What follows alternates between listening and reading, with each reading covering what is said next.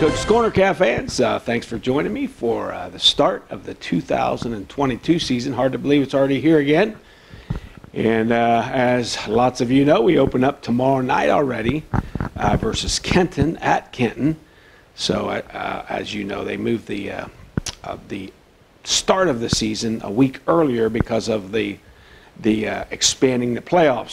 So there's a possible 16 games each year now, instead of the previous 15 and several years ago 14 and so on. But so we're heading to Kenton next week.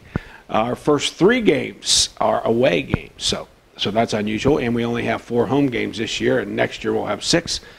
But we will travel to Bell Fountain next week, who's also not also, but they are Division III team. Kenton is a Division IV, so those are big games for us for computer points down the road, if we can beat them. And then we go to Fort Recovery for our first league game. And so like I said, our first 3 games are away. We do have JV games. We do play Kenton at home this Saturday and Bell Fountain home next week. So looking forward to those games for our young guys to open up the home seasons, I guess. Just talking about our team just briefly a little bit here. We have, I think, 78 guys that are on the roster. We got a couple guys hurt. Unfortunately, we've lost the two Troys. Troy Weigel, who was our long snapper last year, had shoulder surgery a couple days ago, so he will be out for the remainder of the season. And so he was a jack of all trades guy. He was a long snapper, outside linebacker, an O lineman who could play several spots. So that's really going to hurt our depth. And then Troy Milligan is an offensive guard and a defensive tackle, and probably our #1 backup offensive lineman on the inside 3 guys, and the 3rd or 4th defensive tackle. So again, that's a bad loss for us. He had surgery today, in fact, for a broken ankle. So hopefully he was thinking 12 weeks, I think. So maybe late in the season if we can get that far. For the most part, with those 78 guys dressed, you always have a couple injuries. So typically on a practice, have about 70 guys. A little over 70 dressed and practicing each day. We had 16 two-a-days and 2 scrimmages. Things were pretty smooth and went pretty well. The scrimmages were, I would say, we were okay. Walpock and Salina are two good opponents. Walpock is a Division III, and Salina also are both Division III schools. So you get a good test with both of them. Walpock is always a really well-coached team, and we kind of see where we're at. That I would say that scrimmage was pretty even. And then Salina last week in a game-like scrimmage, and they were up on us at 14-7 at half, and we got it tied 14-14 real quick before both of us started taking guys out. And so that was a pretty evenly matched, although I feel like they did a really good job. So Salina's much better this year than they have been the last couple of years, and good for them. They got things headed in the right direction. Within our team, we have 19 seniors, which is a little, probably I'd say a little more than normal, somewhere between 15 and 20 almost every year. And of course, when you have 19 seniors, some of them are full-time starters, some of them are full-time 2-way starters or 1.5-way starters. Some of them are role players. Some of them are 1-way starters. Some of them are scout team guys, kicking game guys. So we do the best we can to keep those seniors happy. They put a lot of time in over these last 6 years, and sometimes it's difficult for them to play those roles when maybe they don't get to play quite as much. But 19 seniors. We play Kenton, like I said, tomorrow night. I think the score was like maybe 42-7 last year, something like that.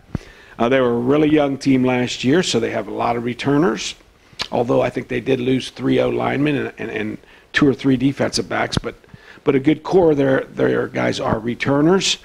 From what we've seen offensively, unlike Kenton in the last 15 years, they do have a back quite often, at least in these first 2 scrimmages, and so maybe run the ball a little bit more with their back, but still they're gonna throw it quite a few times, and with a spread offense and have a Kibbe-like receiver that they really like, and actually same number as Kibbe from a couple years ago.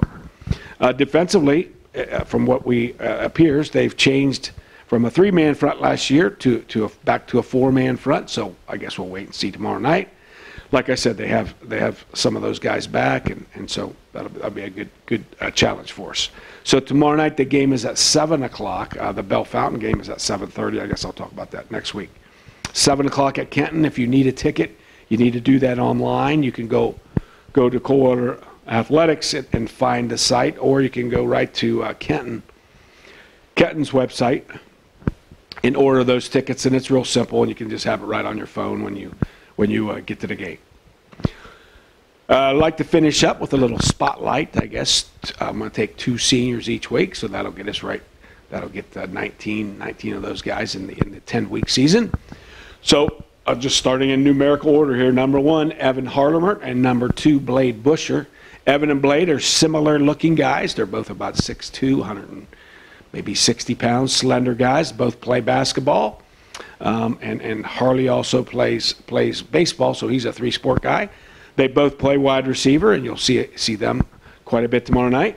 Evan is also a corner who is a backup corner, but maybe in there quite a bit. And Blade is a safety, so he's one of the top 3 safeties. So you may see him also on defense. But so they're a mixture of receivers and DBs, and guys that have been with us, and guys that kind of have waited their time to be starters, and hopefully they'll have a good night tomorrow night, make some plays, and we can come out with a victory. Coaching spotlight. Randy Wright from last year has retired. He's still going to teach, but he's retired from coaching. So to fill Randy's spot, Zach Siddoff is coming on, which is an awesome get for us. Zach was at Fort Recovery for 3 years, and then at Versailles for, I believe, 7. Zach is an early 2000s graduate and played for Coach Reed. I think I missed him by a year. And so he's going to coach the defensive tackles and the offensive tackles, along with one of his really good friends, Joe Hewer. So that's a good match for those two to be working together and coach the O and the D line. So that's a good find forth with Zach, and so I think he'll enjoy it, being back home and being with us, and hopefully have some fun. So opening up the season tomorrow night at Kenton at 7 o'clock.